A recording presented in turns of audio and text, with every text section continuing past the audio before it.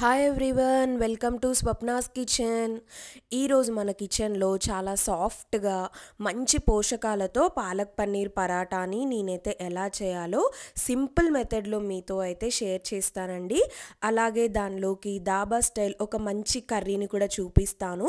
So మనమైతే వీడియోలోకి వెళ్దాము, వచ్చేసేయండి. ఫస్ట్ ఇక్కడ నేను ఒక చిన్న పాలకూర కట్టనైతే తీసుకున్నాను. మంచిగా ఒక 2-3 సార్లు వాటర్లో శుభ్రం చేసుకొని దీన్ని మనం పక్కన పెట్టుకోవాలి. ఇలా శుభ్రం చేసుకున్న దాన్ని నేనైతే మిక్సీ జార్లోకి యాడ్ చేస్తున్నానండి. ఇక్కడ నేను కాడలతో పాటే వేస్తున్నాను పాలకూరని. మనం కట్ చేసుకోవాల్సిన అవసరం లేదు, ఎలాగో గ్రైండ్ చేస్తాం కదా. ఇలా మనము యాడ్ చేసుకొని పాలకూరని ఒక 2 ఇంచుల అల్లం అలాగే 4 పచ్చిమిర్చిని కూడా వేసి మెత్తటి పేస్ట్ లాగా అయితే గ్రైండ్ చేసేసుకోవాలి. ఇలా గ్రైండ్ చేసుకున్న తర్వాత మనమైతే పరాటాకి పిండి కలుపుకుందాము. ఇక్కడ నేను 2 కప్స్ గోధుమ పిండిని యాడ్ చేస్తున్నాను. ఇది ఇంచుమించుగా నాకైతే 500 గ్రామ్స్ ఉంటుందండి. ఇలా మనము పిండిని యాడ్ చేసుకొని మన రుచికి తగినంత ఉప్పు కూడా వేసేసుకొని మనము గ్రైండ్ చేసి పెట్టుకున్న పాలకూర పేస్ట్ ఉంది కదా, అది కూడా వేసుకొని మనం చక్కగా కలుపుకోవాలి. మనకి పిండి అనేది మంచిగా పాలకూర పేస్ట్తో మిక్స్ అవ్వాలండి. అలా చక్కగా చపాతీ పిండి ఎలా అయితే కలుపుకుంటామో సేమ్ అదే విధంగా కలుపుకుంటే సరిపోతుంది. మనము మిక్సీ జార్లో పట్టుకున్నాం కదా పాలకూర పేస్ట్, అందులోనే నేను కొంచెం వాటర్ యాడ్ చేసి ఆ వాటర్నే నేనైతే పిండి కలుపుకోవడానికి యూస్ చేస్తున్నాను. కొద్దిగా పిండినైతే నేను పైన యాడ్ చేశానండి. నాకు కొంచెం పిండి లూజ్గా ఉంది అనిపించింది, అందుకనేసి నేను కొద్దిగా పొడి పిండిని యాడ్ చేసి మళ్ళా ఒకసారి కలుపుకుంటున్నాను. మనము చపాతీ పిండి ఎంత బాగా కలుపుకుంటే పరాటాస్ అనేవి అంత బాగా వస్తాయండి సాఫ్ట్గా. సో ఇక్కడ ఒక్క 10 నిమిషాల వరకైనా మీరు పిండిని మంచిగా కలుపుకొని ఒక్క హాఫ్ అన్ అవర్ పక్కన పెడదాము. ఈ లోపల మనమైతే పక్కా దాబా స్టైల్ ఎగ్ బుర్జీని మీతో షేర్ చేస్తాను. పాలక్ పరాటాతో ఈ ఎగ్ బుర్జీ వేసుకొని తింటే సూపర్ ఉంటుందండి. కడాయిలో ఒక 2 టేబుల్ స్పూన్స్ ఆయిల్ వేసుకొని 1 స్పూన్ షాజీరా వేసాను. షాజీరా మాత్రం ఖచ్చితంగా వేయాలండి. మనకి దాబా స్టైల్లో రావాలంటే షాజీరా ఖచ్చితంగా వేసుకోవాలి. అలాగే ఒక 2 పెద్ద ఆనియన్స్ని సన్నగా చాప్ చేసుకొని వేసుకున్నాను. మనము ఆనియన్స్ త్వరగా ఫ్రై అవ్వడానికి కొద్దిగా సాల్ట్ యాడ్ చేసి ఆనియన్స్ని మంచిగా మనమైతే ఫ్రై చేయనివ్వాలి. అదేవిధంగా నేను ఇక్కడ 3 పచ్చిమిర్చీలని చాలా సన్నగా చాప్ చేసుకొని వేసుకున్నాను. మనకి ఆనియన్స్ అనేవి గోల్డెన్ కలర్లోకి వచ్చేంత వరకు ఫ్రై చేసుకోవాలి. ఒక్క 5 నిమిషాలు నేనైతే ఇలా ఫ్రై చేసుకుంటూనే ఉన్నానండి. చూస్తున్నారు కదా, మంచిగా కలర్ చేంజ్ అయింది. ఈ టైంలో నేను ఒక హాఫ్ స్పూన్ అల్లం వెల్లుల్లి పేస్ట్ వేసాను. ఈ ఎగ్ బుర్జీకి మీరు అసలు మూత అనేది పెట్టొద్దండి. మూత పెట్టకుండానే మనమైతే బుర్జీ అనేదంతా చేయాలి. ఒక్క పావు టీ స్పూన్ పసుపు కూడా యాడ్ చేశాను. అల్లం వెల్లుల్లి పేస్ట్ మంచిగా వేగాలి. ఒక్క 5 నిమిషాల వరకైనా వేగిన తర్వాత నేను పసుపు యాడ్ చేశాను. చూడండి, ఉల్లిగడ్డలు అయితే మంచిగా వేగిపోయాయి కదా. ఈ టైంలో నేను ఒక 2 పెద్ద టొమాటోస్ని కూడా యాడ్ చేశాను, సన్నగా కట్ చేసుకొని. ఈ టమాటా ముక్కలు మనకి సాఫ్ట్ అయ్యేంత వరకైతే చక్కగా వేగనివ్వాలి ఉల్లిగడ్డలతో పాటు. ఒక్క 5 నిమిషాలు మీరైతే టొమాటోస్ని కూడా ఫ్రై చేయనిస్తే సరిపోతుంది. ఆ మాత్రం వేగిన తర్వాత ఒక 1 స్పూన్ కారం కూడా వేసానండి నేను. ఇది మీరు స్పైసీగా కావాలంటే ఇంకొంచెం కారం అనేది అయితే యాడ్ చేసుకోవచ్చు. నేను తీసుకున్న క్వాంటిటీకి నాకు 1 స్పూన్ కారం అయితే సరిపోతుందండి. కారం వేసుకొని 2-3 నిమిషాలు మంచిగా వేగనిచ్చిన తర్వాత ఇక్కడ నేను 1 స్పూన్ ధనియాల పొడి వేస్తున్నాను.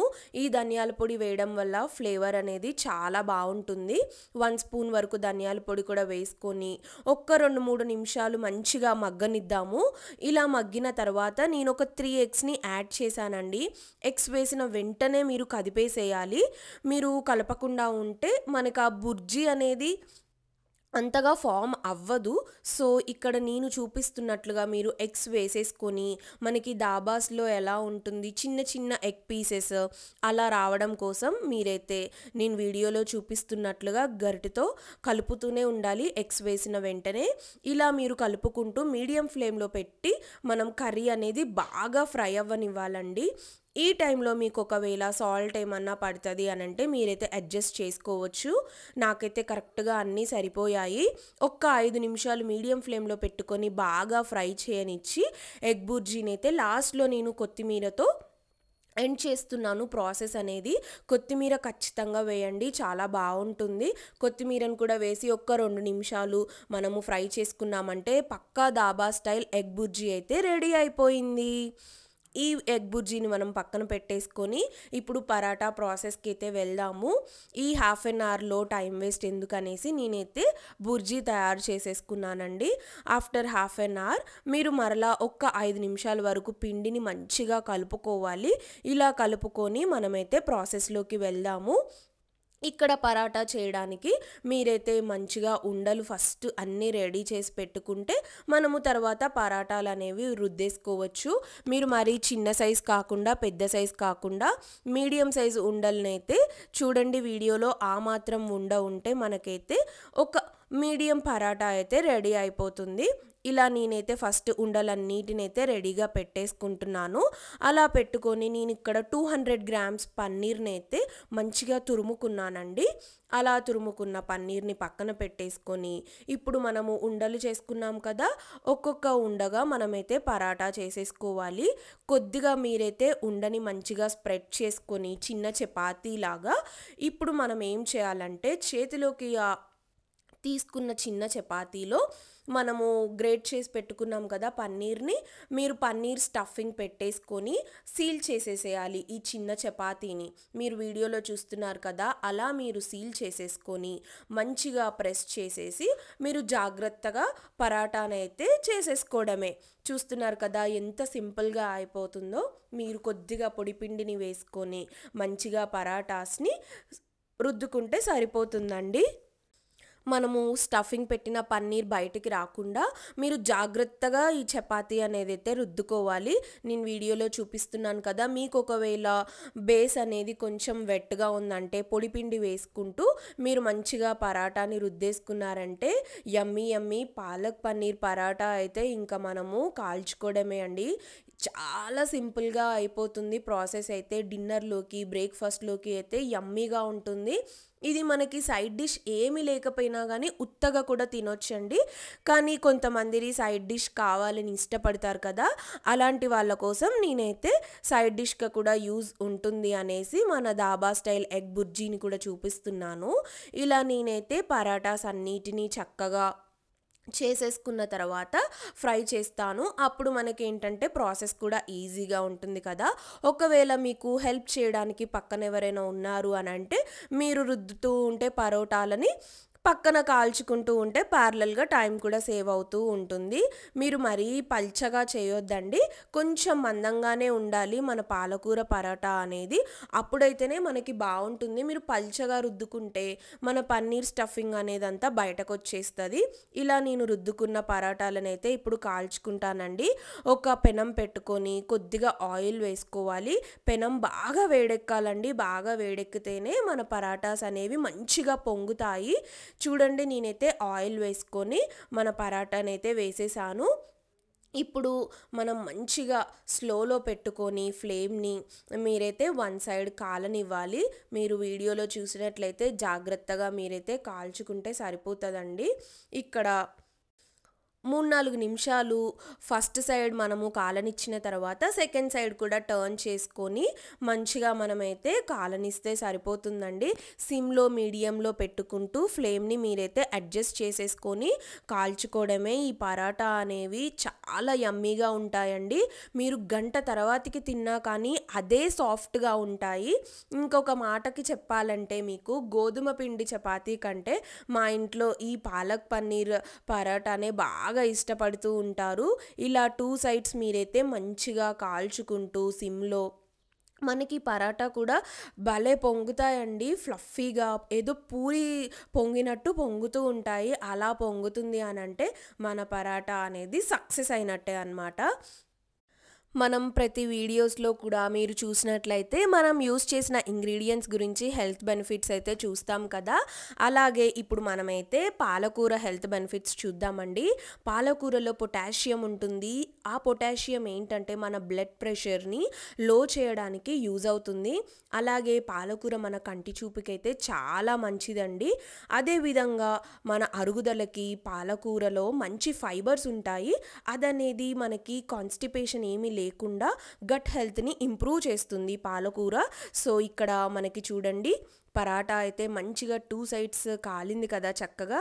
నేనైతే ప్లేట్లోకి తీసేసుకుంటున్నాను. అదేవిధంగా మనం రుద్ది పెట్టుకున్న పరాటాలన్నిటినైతే కాల్చుకోవాలి.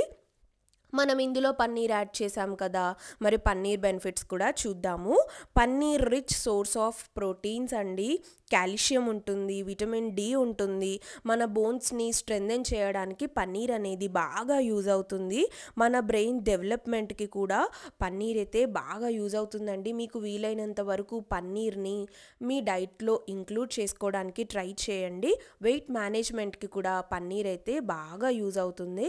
సో ఇక్కడ చూస్తున్నారు కదా, ఇన్ని బెనిఫిట్స్ ఉన్న ఈ పాలక్ పన్నీర్ పరాటా అయితే మీరు తింటే ఎంత హెల్దీగా ఉంటామో చెప్పండి.